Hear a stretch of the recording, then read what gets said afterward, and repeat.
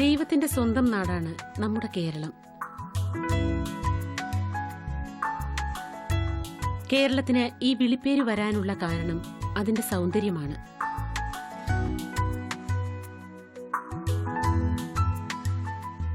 മലകളും പുഴകളും കാടും കടലും കായലും കൊണ്ട് സമ്പന്നമായ കേരളത്തിന്റെ ദൃശ്യഭംഗി ലോക പ്രശസ്തമാണ്.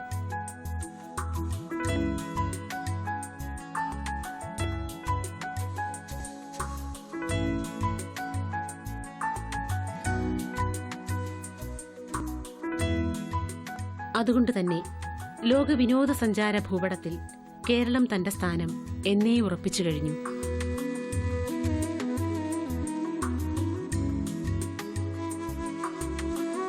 കായൽ സൗന്ദര്യം ആസ്വദിക്കാൻ വരുന്ന സഞ്ചാരികൾ പ്രധാനമായും തിരഞ്ഞെടുക്കുന്നത് ആലപ്പുഴയും കോട്ടയവുമാണ്.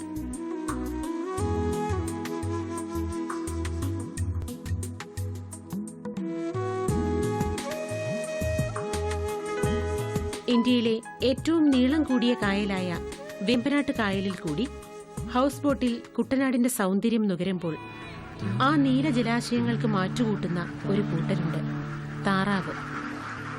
പറ്റം പറ്റമായി നീന്തി തുടിച്ച് കായലിന്റെ സൗന്ദര്യവും കർഷകന്റെ ആശയും നിറവേറ്റുന്നവർ. ജലാശയങ്ങളിൽ എന്ന പോലെ തീൻമേശയിലും താറാവിനുള്ള സ്ഥാനം ചെറുതല്ല. താറാവ് കറിയും പിടിയുമില്ലാത്ത ഈസ്റ്ററിനെ കുറിച്ച് നമുക്ക് ആലോചിക്കാൻ കൂടി കഴിയില്ല. മുട്ടയായാലും ഇറച്ചിയായാലും വിലയിലും രുചിയിലും മുൻപന്തിയിൽ നിൽക്കുന്ന താറാവിനെ കർഷകർക്കും ഏറെ പ്രിയമാണ്. ഇന്ത്യയിൽ പ്രധാനമായും താറാവ് കൃഷി ചെയ്യുന്നത് കേരളത്തിലും പശ്ചിമ ബംഗാളിലും പിന്നെ വടക്ക് കിഴക്കൻ സംസ്ഥാനങ്ങളിലുമാണ്.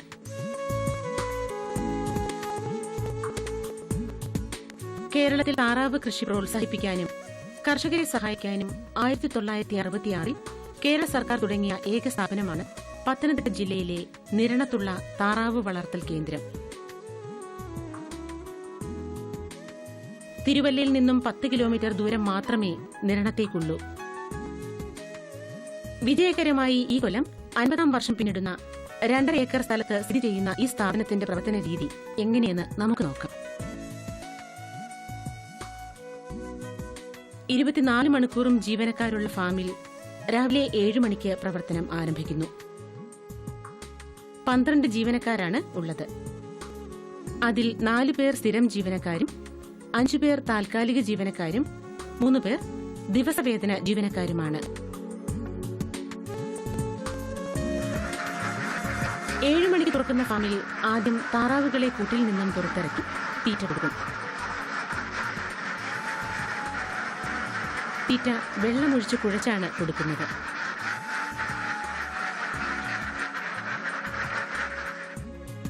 താറാവുകൾ തീറ്റ തിന്നുന്ന സമയത്ത് ജീവനക്കാർ കൂട്ടിൽ നിന്നും മുട്ടകൾ ശേഖരിക്കും.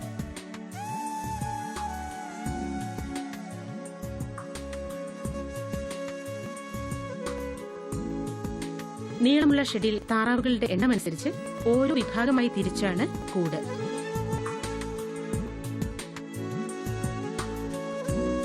അതുകൊണ്ട് തന്നെ തിങ്ങിയെരിഞ്ഞിരിക്കുന്ന അവസ്ഥ ഉണ്ടാകില്ല. കൂടുകളുടെ മൂലകളിലാണ് താറാവുകൾ മുട്ടയിടുക. തീറ്റ കൊടുത്ത ശേഷം താറാവുകളെ കുളത്തിൽ നീന്താൻ വിടുകയാണ് പതിവ്.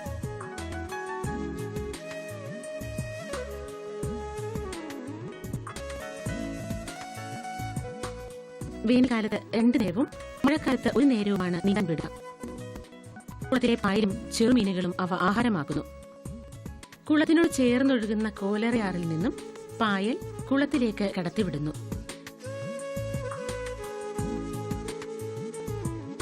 ഇവ തിന്നും നീന്തിക്കുളിച്ചും കളിക്കുന്ന താറാവുകളെ അരമണിക്കൂർ കഴിയുമ്പോൾ കൂട്ടിലേക്ക് തിരികെ കയറ്റുന്നു.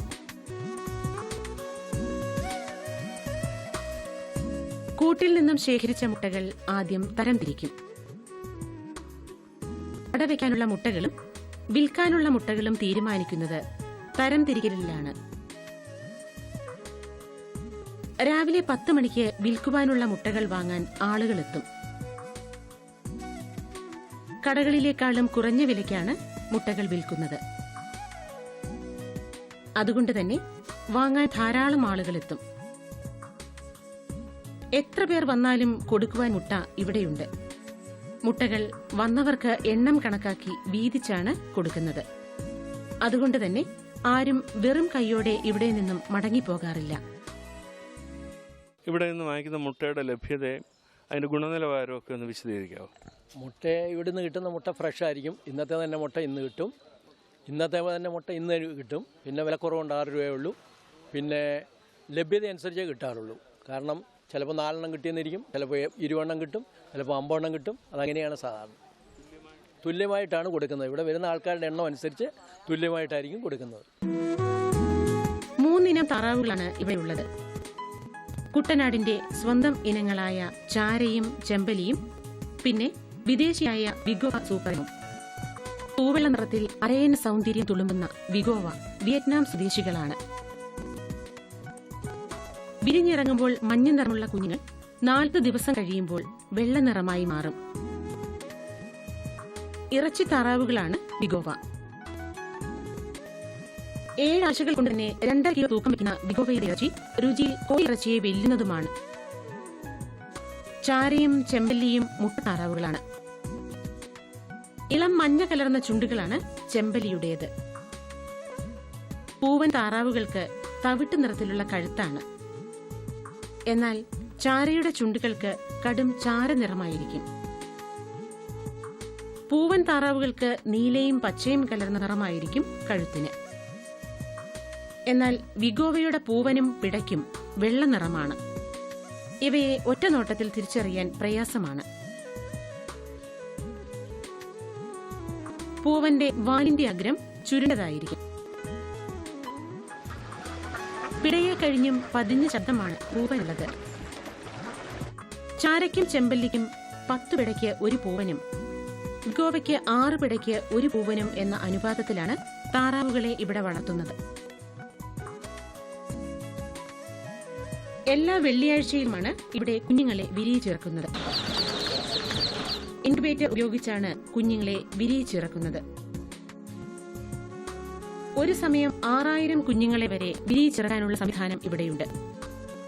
ഇൻക്യുബേറ്ററിൽ ഒന്നാമത്തെ മെഷീൻ സെറ്റർ എന്ന് പറയും. അത് ആദ്യത്തെ ഏതാണ്ട് 25 ദിവസങ്ങളിൽ മുട്ട ഒരേ രീതിയിൽ ഇരുന്ന് കഴിഞ്ഞാൽ മുട്ട തോടിനോട് ഒട്ടുകയും കുഞ്ഞുങ്ങൾ വിരിയാതിരിക്കുകയും ചെയ്യും. തള്ളക്കോഴി മുട്ട തിരിച്ചു വെക്കുന്നത് പോലെ തന്നെ മെഷീനിൽ ഓട്ടോമാറ്റിക് സംവിധാനങ്ങളുണ്ട് മുട്ട ഓരോ മണിക്കൂറിലും തിരിയാനായിട്ട്. ആ സൗകര്യത്തോടു കൂടിയ മെഷീൻ സെറ്റർ എന്ന് പറയുകയും അത് കഴിഞ്ഞിട്ട് മുട്ട വിരിയുന്ന സ്റ്റേജിൽ അവസാനത്തെ 3 ദിവസം മുട്ട തിരിയേണ്ട ആവശ്യമില്ല. അതിനെ ആ 25-ാം ദിവസം ക്യാൻഡിൽ ചെയ്ത് വിരിയാത്ത മുട്ടകൾ മാറ്റിയതിന് ശേഷം വിരിയുന്ന മുട്ടകൾ ഹാച്ചർ എന്ന് പറയുന്ന മെഷീനിലേക്ക് മാറ്റും. ഇതിൽ 3 ദിവസം, അതായത് 26, 27, 28, 22-ാം ദിവസം രാവിലെ കുഞ്ഞുങ്ങൾ വിരിഞ്ഞിറങ്ങുകയുമാണ് ചെയ്യുന്നത്. വിരിഞ്ഞ കുഞ്ഞുങ്ങളെ വാങ്ങുവാൻ ആവശ്യക്കാർ അന്ന് തന്നെ എത്തും. ആവശ്യക്കാർ മുൻകൂട്ടി ബുക്ക് ചെയ്യണം. പ്രവാസി സംരംഭകൻ എന്നുള്ള നിലയിൽ താറാവ് കൃഷിക്ക് ഉള്ള താറാവ് കുഞ്ഞുങ്ങളെ വാങ്ങിക്കാനാണല്ലോ വന്നത്. അതിൻ്റെ കാര്യങ്ങൾ എന്താണ് ഇതിന് പ്രേരിപ്പിച്ചതെന്ന്, ഇവിടുത്തെ ഗുണനിലവാരത്തെ പറ്റിയുള്ള അറിവാണോ എന്താണെന്ന് പറയാമോ? എൻ്റെ സുഹൃത്ത് ഇതുപോലെ താറാവ് കൃഷി ഇവിടെ നിന്ന് പോയി മേടിച്ച് നടത്തുന്നുണ്ട്. അപ്പം അതൊക്കെ നല്ല ലാഭകരമായിട്ട് കിട്ടുന്നുണ്ടെന്നുള്ളതുകൊണ്ട് എനിക്കും തുടങ്ങണമെന്നൊരു ആഗ്രഹമുണ്ട്. അതുകൊണ്ടാണ് ഇവിടെ വരാൻ കാര്യം. അടവയ്ക്കുവാനുള്ള മുട്ടകൾ തരംതിരിച്ച് ഫ്യൂമിഗേഷൻ ചെയ്ത ശേഷമാണ് ഇൻക്യുബേറ്ററിലേക്ക് മാറ്റുന്നത്. മുട്ട തരംതിരിച്ച ശേഷം വായുസഞ്ചാരം കുറഞ്ഞ മുറിയിൽ 25 ഗ്രാം പൊട്ടാസ്യവും ഫോർമാലിൻ ആസിഡും ഉപയോഗിച്ച് 20 മിനിറ്റോളം അണുവിമുക്തമാക്കുന്ന പ്രക്രിയയാണ് ഫ്യൂമിഗേഷൻ. ശേഖരിച്ച മുട്ടകൾ 7 ദിവസത്തിനുള്ളിൽ അടവയ്ക്കും.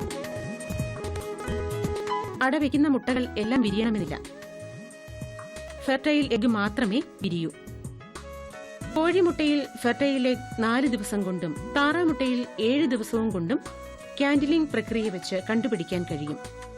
അടവെച്ച് 7 ദിവസം കഴിഞ്ഞ മുട്ട ഒരു മെഴുകുതിരി വെളിച്ചത്തിൽ വെച്ച് നോക്കിയാൽ മുട്ട വിരിയുമോ എന്നറിയാം. പണ്ടുകാലത്ത് മെഴുകുതിരി വെളിച്ചം ഉപയോഗിച്ചിരുന്നത് കൊണ്ടാണ് അതിന് ക്യാൻഡിലിംഗ് എന്ന പേര് വന്നത്. ഇപ്പോൾ ബൾബിന്റെ പ്രകാശത്തിലാണ് ക്യാൻഡിലിംഗ് ചെയ്യുന്നത്. വിരിയാൻ സാധ്യതയില്ലാത്ത മുട്ടകൾ ഒഴിവാക്കി ബാക്കി മുട്ടകളാണ് അടവയ്ക്കുന്നത്. 28 ദിവസമാണ് മുട്ട വിരിയാനെടുക്കുന്ന സമയം. ചാരയുടെയും ചെമ്പല്ലിയുടെയും കുഞ്ഞുങ്ങൾക്ക് 10 രൂപയും ഡിഗോവയുടെ കുഞ്ഞുങ്ങൾക്ക് 40 രൂപ നിരക്കിലുമാണ് ഇവിടെ കൊടുക്കുന്നത്. ഇത്രയും വിലക്കുറവിൽ താറാവ് കുഞ്ഞുങ്ങൾ കിട്ടുന്ന മറ്റൊരു സ്ഥലവും കേരളത്തിലുണ്ടാവില്ല.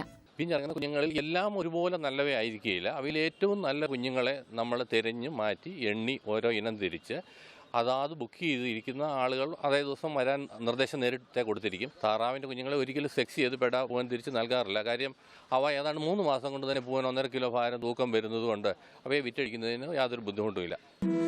ഇൻക്യുബേഷൻ രീതിയിൽ അടവെക്കുന്നതുകൊണ്ട് മുഴുവൻ സമയവും വൈദ്യുതി ആവശ്യമാണ്.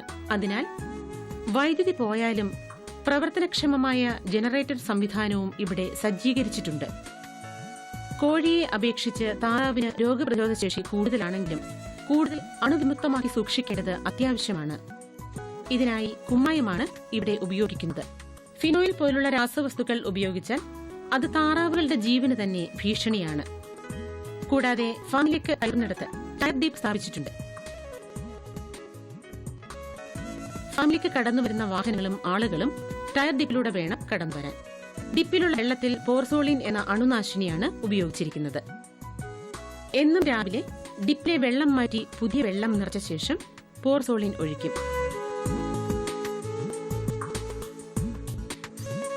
ഫാമിൽ 3 തരം തീറ്റയാണ് ഉപയോഗിക്കുന്നത്. കുഞ്ഞുങ്ങൾക്ക് കഴിക്കാൻ പാകത്തിലുള്ള തീറ്റയായ സ്റ്റാർട്ട്, ചോളം, പൊടി, എണ്ണ നീക്കിയ തവിട്, മീൻ പൊരിച്ചതും മിനറൽസുമാണ് സ്റ്റാർട്ടറിലെ പ്രധാന ചേരുവകൾ.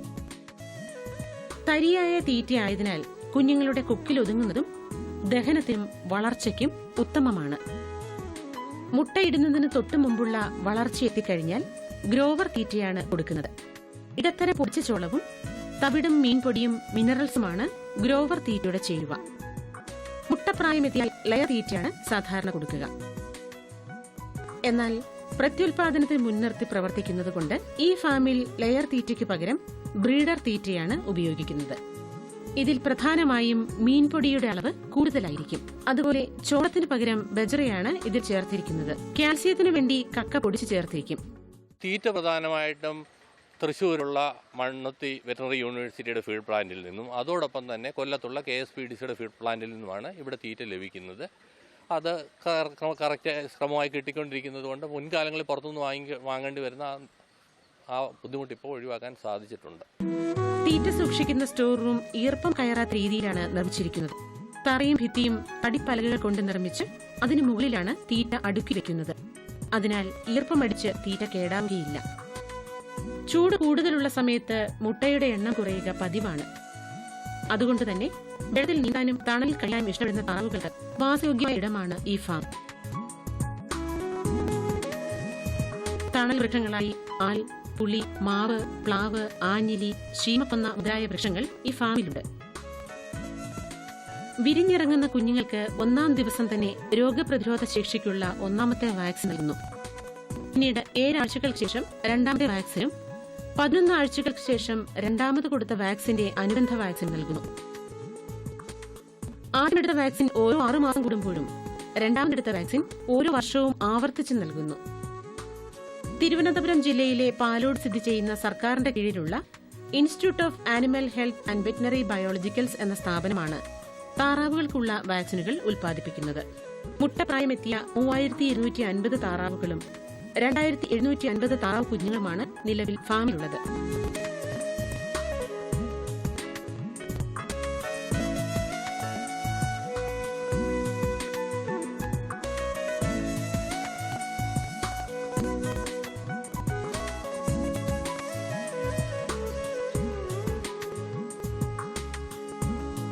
മൂന്ന് വർഷമേ മുട്ടമെങ്കിലും ഫാമിൽ 1.5 വർഷം കഴിയുമ്പോൾ തന്നെ താറാവുകളെ മാറ്റുകയാണ് പതിവ്.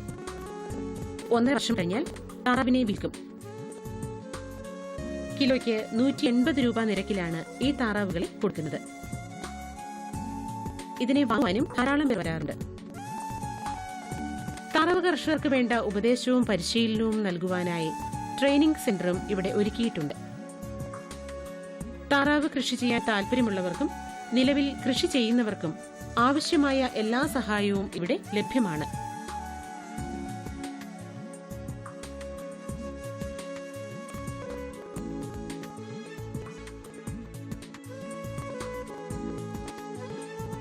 പരിമിതികൾ ഏറെ ഉണ്ടെങ്കിലും 100 കണക്കിന് കർഷകർക്ക് താങ്ങും തണലുമായി വിജയകരമായി പ്രവർത്തിക്കുന്ന കേരളത്തിലെ ഏക താറാവ് വളർത്തൽ കേന്ദ്രം അതിന്റെ സുവർണ ജൂബിലി നിറവിലാണ്.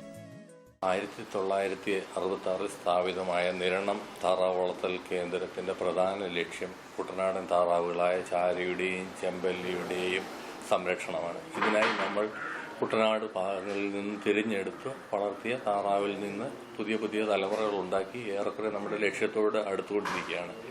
ഇവിടെ നിന്ന് ജനങ്ങൾക്ക് നൽകുന്ന പ്രധാന സേവനങ്ങൾ ഒരു ദിവസം പ്രായമായ കുട്ടനാടൻ താറാവുകളായ ചാരിയുടെയും ചെമ്മല്ലിയുടെയും കുഞ്ഞുങ്ങളെ നൽകുന്നു. അതോടൊപ്പം തന്നെ ശുദ്ധ ഇറച്ചി വർഗമായ വിഗോവ സൂപ്പറം എന്ന താറാവിൻ്റെ കുഞ്ഞുങ്ങളെ 40 രൂപ നിരക്കിൽ നൽകുന്നു. ഇവയെ ലഭിക്കേണ്ടവർ നിരണം ഡക്ക് ഫാമിൻ്റെ ഫോൺ നമ്പറിൽ വിളിച്ച് ബുക്ക് ചെയ്യേണ്ടതാണ്. അവരെ ഓർഡർ അനുസരിച്ച് അറിയിക്കുന്നതും കുഞ്ഞുങ്ങളെ ഇവിടെ നിന്ന് വാങ്ങാവുന്നതുമാണ്. അധികൃതർ വികസന പദ്ധതികൾ ആവിഷ്കരിച്ച് നടപ്പാക്കുന്നതിലൂടെ ഈ ഫാം കൂടുതൽ പുരോഗതിയും അഭിവൃദ്ധിയും കൈവരിക്കുമെന്ന് നമുക്ക് പ്രതീക്ഷിക്കാം.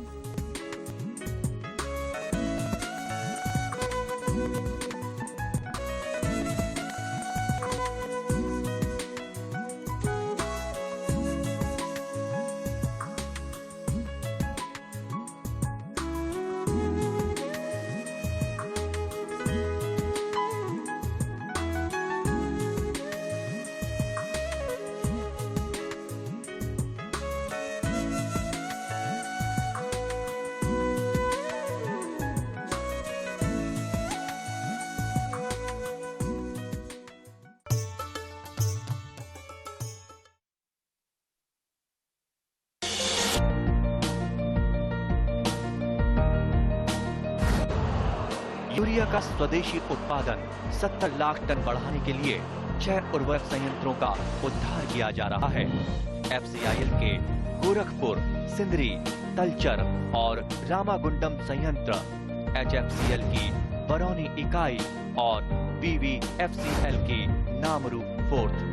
सोने पर सुहागा ये है कि देश में अब बनेगा सिर्फ नीम लेपित यूरिया, क्योंकि इससे होगा किसानों का फायदा ही फायदा। अनाज का उत्पादन 10% तक बढ़ेगी 10 से 15% नाइट्रोजन क्षमता।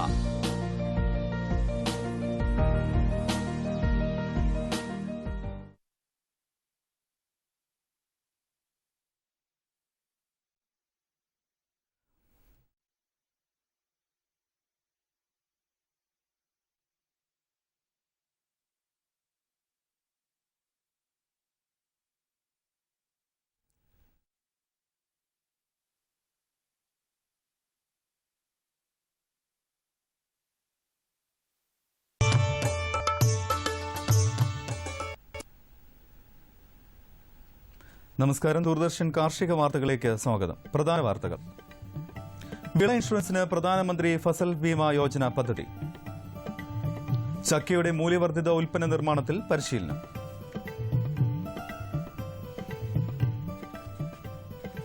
വിശദമായ വാർത്തകളിലേക്ക്. വിള ഇൻഷുറൻസിനായുള്ള പ്രധാനമന്ത്രി ഫസൽ ബീമ യോജന പദ്ധതി ദേശവ്യാപകമായി നടപ്പിലാക്കുന്നു. കേന്ദ്ര സർക്കാർ നടപ്പിലാക്കുന്ന PMFBY പദ്ധതി ഈ വർഷം ഖാരിഫ് മുതൽ നടപ്പിലാക്കുകയാണ്. നിലവിലുള്ള കാർഷിക ഇൻഷുറൻസ് പദ്ധതികൾക്ക് പകരമുള്ളതാണ് പുതിയ പദ്ധതി. സംസ്ഥാന സർക്കാരിന്റെ 100 ദിന കർമ്മ പരിപാടിയിൽ ഉൾപ്പെടുത്തി കരനെൽ കൃഷി കൂടുതൽ പ്രദേശങ്ങളിലേക്ക് വ്യാപിപ്പിക്കുവാൻ കൃഷി വകുപ്പിന്റെ പദ്ധതി. 2560 ഹെക്ടർ സ്ഥലത്താണ് കരനെൽ കൃഷി വ്യാപനത്തിന് ലക്ഷ്യമിടുന്നത്. 2.56 കോടി രൂപയാണ് പദ്ധതിക്ക് വകയിരുത്തിയിട്ടുള്ളത്. തിരുവനന്തപുരം, കൊല്ലം, തൃശൂർ, കോഴിക്കോട്, മലപ്പുറം ജില്ലകൾക്ക് കൂടുതൽ പ്രാമുഖ്യം നൽകി എല്ലാ ജില്ലകളിലും പദ്ധതി നടപ്പിലാക്കും. വൈശാഖ്, അന്നപൂർണ, രോഹിണി, ജ്യോതി, സ്വർണപ്രഭ, ഹർഷ, ഐശ്വര്യ, വർഷ, കാർത്തിക, അരുൺ, മകം, രേവതി, പ്രത്യാശ, ശാരദ, സുവർണ, മോടാൻ, മകം തുടങ്ങിയ നെല്ലിനങ്ങളും പ്രാദേശിക ഇനങ്ങളും കരനെൽ കൃഷിക്ക് അനുയോജ്യമാണ്. കോട്ടയം ജില്ലയിലെ തലയോലപ്പറമ്പ് മൃഗസംരക്ഷണ പരിശീലന കേന്ദ്രത്തിൽ ജൂൺ മാസം 20, 21, 22 തീയതികളിൽ ഇറച്ചിക്കോഴി വളർത്തൽ, 23, 24 തീയതികളിൽ പന്നി വളർത്തൽ എന്നീ വിഷയങ്ങളിൽ സൗജന്യ പരിശീലനം നടത്തുന്നു. 50 കർഷകർക്കാണ് പരിശീലനത്തിൽ പ്രവേശനം നൽകുക. ബന്ധപ്പെടാവുന്ന ഫോൺ നമ്പർ 048234 323.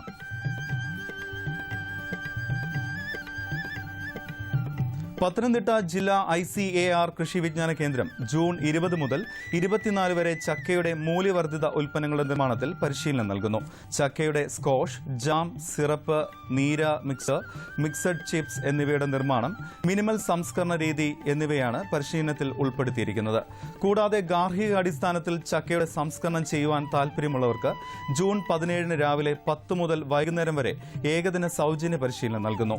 ചക്കയുടെ മൂല്യവർദ്ധിത ഉൽപ്പന്ന നിർമ്മാണത്തിൽ പങ്കെടുക്കുന്നതിന് ബന്ധപ്പെടാവുന്ന ഫോൺ നമ്പർ 04692662 പാടശേഖരങ്ങളിൽ ഗ്രൂപ്പ് അടിസ്ഥാനത്തിലുള്ള നെൽകൃഷി പ്രോത്സാഹിപ്പിച്ച് ഉൽപാദന ചെലവ് പരമാവധി കുറയ്ക്കാൻ നെൽ സമൃദ്ധി പദ്ധതി നടപ്പാക്കുന്നു. പാടശേഖരാടിസ്ഥാനത്തിൽ ഞാറ്റടി, ജൈവ കീടനിയന്ത്രണം, ജലസേചന സംവിധാനം, യന്ത്രവൽക്കരണം തുടങ്ങിയ സൗകര്യങ്ങൾ ഒരുക്കാനും ഉൽപാദനോപാധികൾക്കുമാണ് സഹായം. 1500 രൂപ നിരക്കിൽ 1,80,000 ഹെക്ടർ സ്ഥലത്താണ് പദ്ധതി നടപ്പാക്കുന്നത്. 27 കോടി രൂപയാണ് നെൽ സമൃദ്ധി പദ്ധതിക്ക് വകയിരുത്തിയിട്ടുള്ളത്. കേരള അഗ്രികൾച്ചർ യൂണിവേഴ്സിറ്റിയുടെ കീഴിലുള്ള വെള്ളാനിക്കര ഇൻസ്ട്രക്ഷൻ ഫാമിൽ ജൂൺ 25-ന് ഹൈടെക് അടുക്കള തോട്ടത്തിന്റെ നിർമ്മാണവും പരിപാലനവും എന്ന വിഷയത്തിൽ പരിശീലനം നൽകുന്നു. ഹരിത ഗൃഹത്തിന്റെ നിർമ്മാണ രീതികൾ, multi tier grow bag setting, potting മിശ്രിതം ഉണ്ടാക്കുക, വിത്ത് പരിപാലനം, ഹൈടെക് രീതിയിൽ നഴ്സറി ചെടികൾ ഉണ്ടാക്കുന്ന വിധം, വളപ്രയോഗം, രോഗ കീടനിയന്ത്രണം, മണ്ണ് പരിപാലനം, ജൈവ വളങ്ങളുടെയും കീടനാശിനികളുടെയും നിർമ്മാണം എന്നീ വിഷയങ്ങളിൽ വിദഗ്ധർ ക്ലാസുകൾ കൈകാര്യം ചെയ്യും. ഹൈടെക് അടുക്കളത്തോട്ടത്തിന്റെ നിർമ്മാണവും പരിപാലനവും എന്ന പരിശീലനത്തിൽ പങ്കെടുക്കുന്നതിന് 1000 രൂപയാണ് ഫീസ്. കൂടുതൽ വിവരങ്ങൾക്ക് ബന്ധപ്പെടാവുന്ന ഫോൺ നമ്പർ 7025498850. ഇനി കമ്പോള നിലവാരം.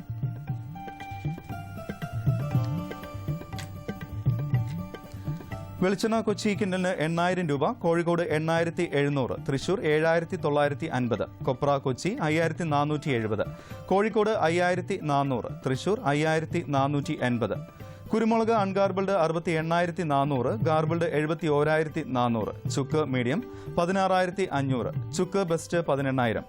മഞ്ഞൾ സേലം 10400, മഞ്ഞൾ ഈറോഡിൽ 10700. കൊച്ചി റബ്ബർ RSS 5 ഗ്രേഡ് 12800 രൂപ, rubber RSS 4 grade 13000. Kottayam rubber RSS 5 grade 12800, rubber RSS 4 grade 13000 രൂപ. കമ്പോള നിലവാരം കൊച്ചിയിൽ. വെളിച്ചെണ്ണ കിൻഡലിന് 8000 രൂപ, കൊപ്ര 5470, പിണ്ണാക്ക് എക്സ്പെല് 2000, റോട്ടറി 2300, കുരുമുളക് അൺഗാർബിൾഡ് 68400, ഗാർബിൾഡ് 71400, ചുക്ക് മീഡിയം 16500, ബെസ്റ്റ് 18000, മഞ്ഞൾ നാടൻ 11500, അടയ്ക്ക പുതിയത് 18000 രൂപ മുതൽ 19000 രൂപ വരെ. ജാതിക്ക തൊണ്ടൻ കിലോഗ്രാമിന് 160 മുതൽ 180 വരെ. ജാതിക്ക തൊണ്ടില്ലാത്തത് 350 മുതൽ 370 വരെ. ജാതിപത്രി 500 മുതൽ 1000 വരെ. ഗ്രാമ്പു 760 രൂപ. റബ്ബർ RSS 5 ഗ്രേഡ് ക്വിന്റലിന് 12800 രൂപ, റബ്ബർ RSS 4 ഗ്രേഡ് 13000 രൂപ. ജാതിക്ക തൊണ്ടില്ലാത്തത് 350 മുതൽ 370 വരെ. Rubber RSS 5 grade 12800, rubber RSS 4 grade 13000 രൂപ. ഒട്ടുപാൽ 8600, ലാറ്റക്സ് 9800 രൂപ. കമ്പോള അവലോകനം. കാർഷിക മേഖല കുരുമുളക് നീക്കത്തിൽ വരുത്തിയ നിയന്ത്രണം കണ്ട് വാങ്ങുകാർ നിരക്ക് വീണ്ടും വർദ്ധിപ്പിച്ചു. 2 ദിവസം കൊണ്ട് 400 രൂപ ഉയർന്ന് ഗാർബിൾഡ് കുരുമുളക് 71,400-ൽ ഇന്ന് വിപണനം പുനരാരംഭിച്ചു. ആഭ്യന്തര വിപണി സജീവമെങ്കിലും വിദേശ വ്യാപാര രംഗം നിശ്ചലമാണ്. വിദേശ ഓർഡറുകൾ ഏലക്ക ലേല കേന്ദ്രങ്ങളെ ഉണർത്തി. 500,000 കിലോ ഏലക്കയുടെ കൈമാറ്റമാണ് വണ്ടൻമേട്ടിൽ ഇന്ന് നടന്നത്. മികച്ച ഇനങ്ങൾക്ക് കിലോഗ്രാമിന് 1117 രൂപ വരെ ലഭ്യമായി. അവധി വ്യാപാരത്തിന് റബ്ബറിന്റെ നേരിട്ട തളർച്ച മുൻനിർത്തി ടയർ നിർമ്മാതാക്കൾ ഷീറ്റിൽ കാര്യമായ താൽപര്യം കാണിച്ചില്ല. 4 ഗ്രേഡ് കിലോ 130 രൂപയിലാണ്. വെളിച്ചെണ്ണ വില ഉയർന്നു. തെളിഞ്ഞ കാലാവസ്ഥ കണ്ട് പല ഭാഗങ്ങളിലും നാളികേര വിളവെടുപ്പ് വീണ്ടും ഊർജിതമായെങ്കിലും മില്ലുകളിൽ നിന്നുള്ള എണ്ണ നീക്കം കുറവാണ്. ഇനി കാലാവസ്ഥ. കണ്ണൂർ കൂടിയ താപനില 32.5 ഡിഗ്രി സെൽഷ്യസ്, കുറഞ്ഞ താപനില 25.2 ഡിഗ്രി സെൽഷ്യസ്. കോഴിക്കോട് 32.9, 24.2.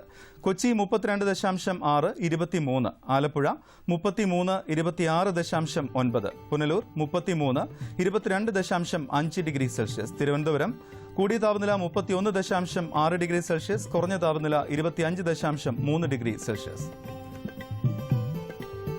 ഇന്നത്തെ കാർഷിക വാർത്തകൾ സമാപിക്കുന്നു. നമസ്കാരം.